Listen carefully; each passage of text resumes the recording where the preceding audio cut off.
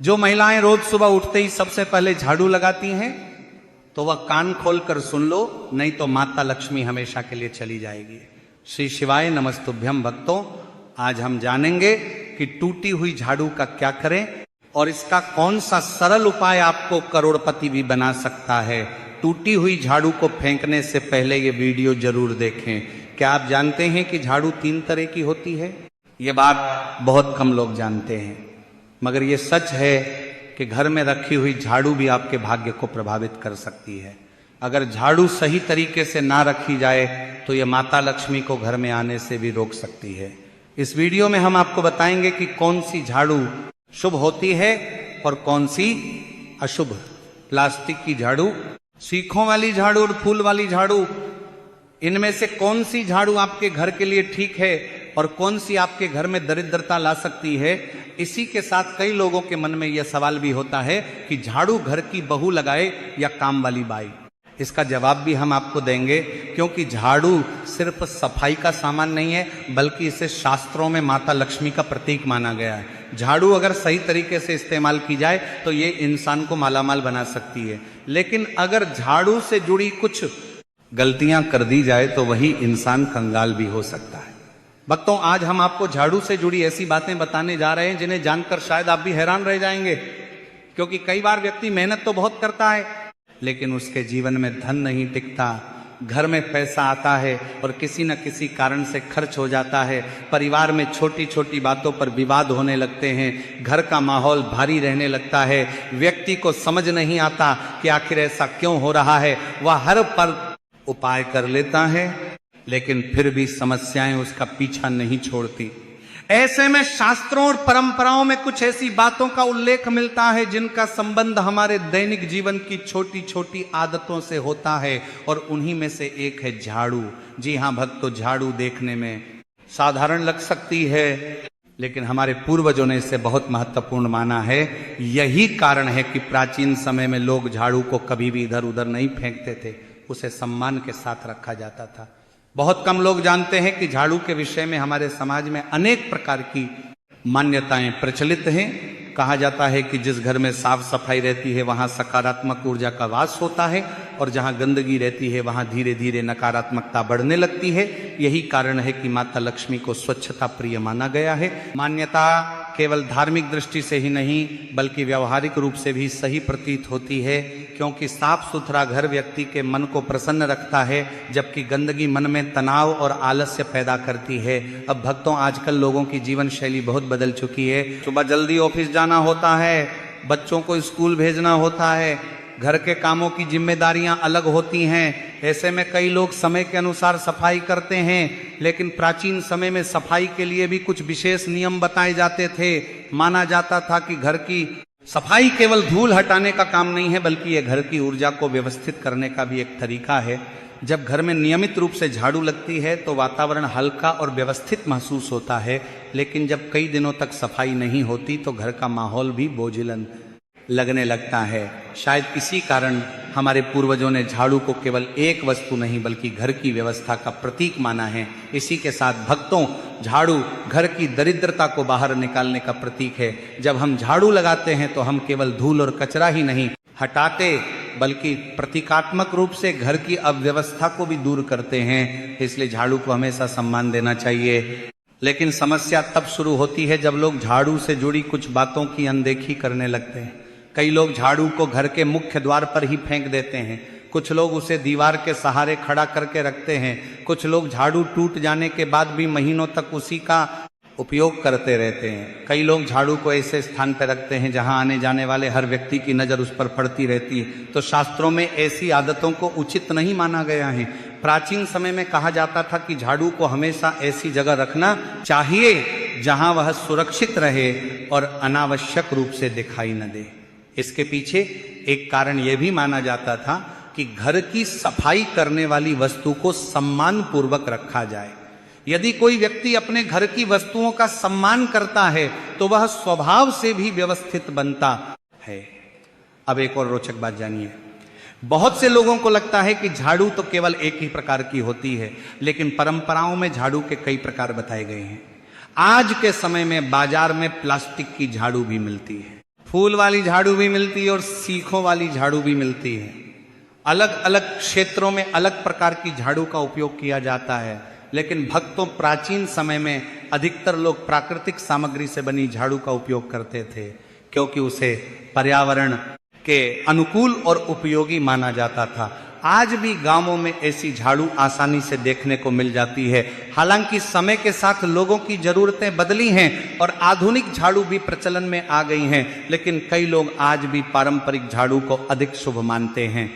झाड़ू को लेकर एक और प्रश्न अक्सर पूछा जाता है कि घर में झाड़ू कौन लगाए, क्या घर की बहू झाड़ू लगाए या काम करने वाली महिला।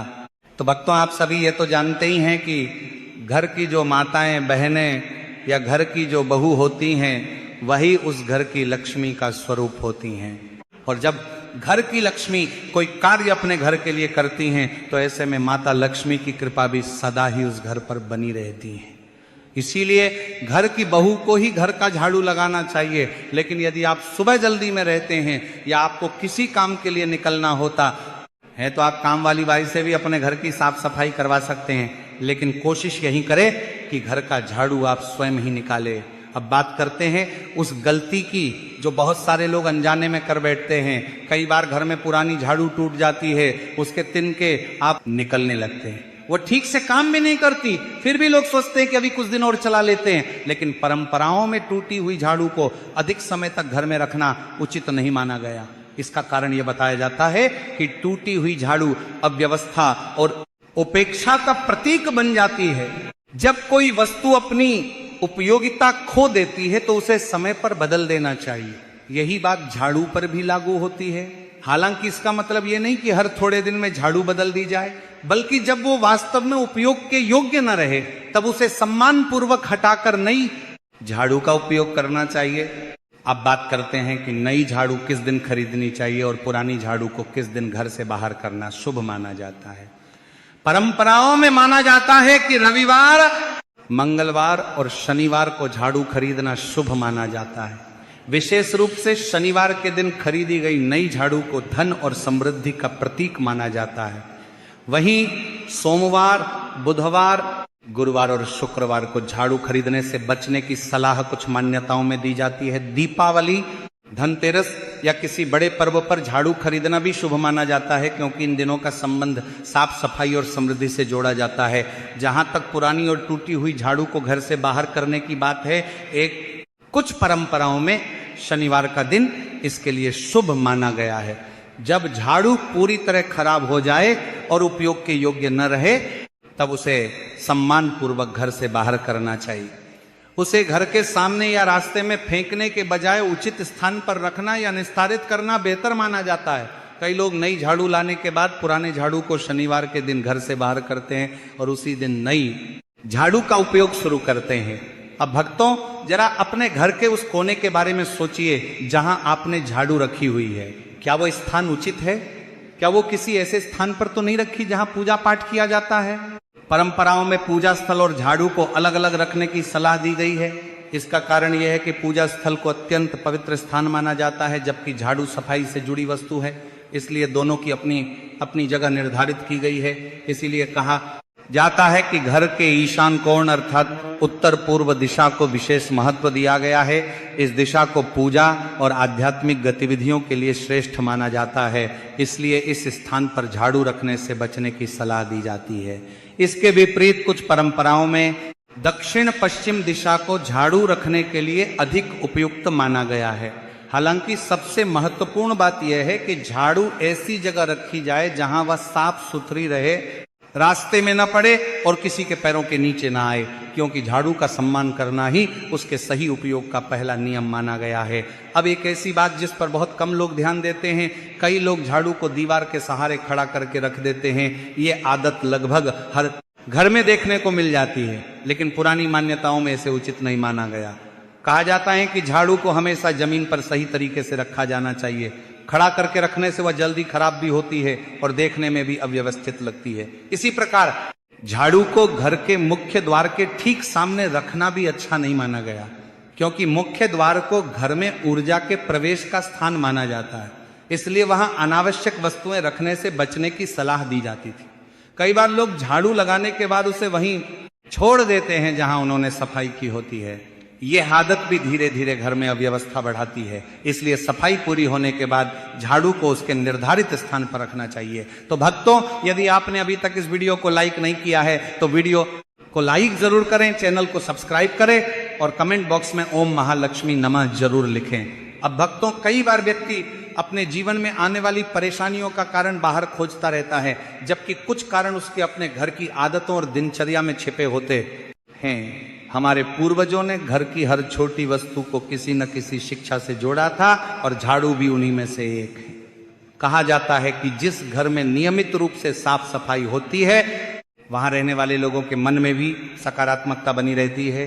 जब घर व्यवस्थित होता है तो मन भी व्यवस्थित रहता है, लेकिन जब घर में बिखराव बढ़ जाता है, चीजें अपनी जगह पर नहीं रहती और सफाई की अनदेखी होने लगती है, तो उसका प्रभाव धीरे धीरे घर के वातावरण पर दिखाई देने लगता है।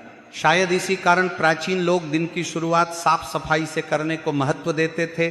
झाड़ू लगाने के समय को लेकर भी अनेक मान्यताएं प्रचलित हैं। कई परिवारों में आज भी सुबह सफाई के साथ सूर्योदय के बाद सफाई करने की परंपरा निभाई जाती है। ऐसा माना जाता है कि सुबह का समय नई ऊर्जा का समय होता है। जब घर की सफाई की जाती है तो रात भर जमा हुई धूल और अव्यवस्था दूर हो जाती है और वातावरण ताजगी से भर जाता है। हालांकि आज की भागदौड़ भरी जिंदगी में हर व्यक्ति के लिए यह संभव नहीं होता। इसलिए सबसे महत्वपूर्ण बात यह है कि घर साफ रहे और गंदगी जमा न होने पाए। लेकिन एक बात का विशेष ध्यान रखने की सलाह दी जाती है, यदि किसी कारणवश रात में झाड़ू लगानी पड़े तो घर का कचरा तुरंत बाहर नहीं फेंकना चाहिए। कई परंपराओं में माना जाता है कि रात के समय घर का कचरा बाहर निकालना शुभ नहीं होता है। इसलिए यदि रात में सफाई की जाए तो कचरे को सुबह उचित स्थान पर डालना बेहतर माना जाता है।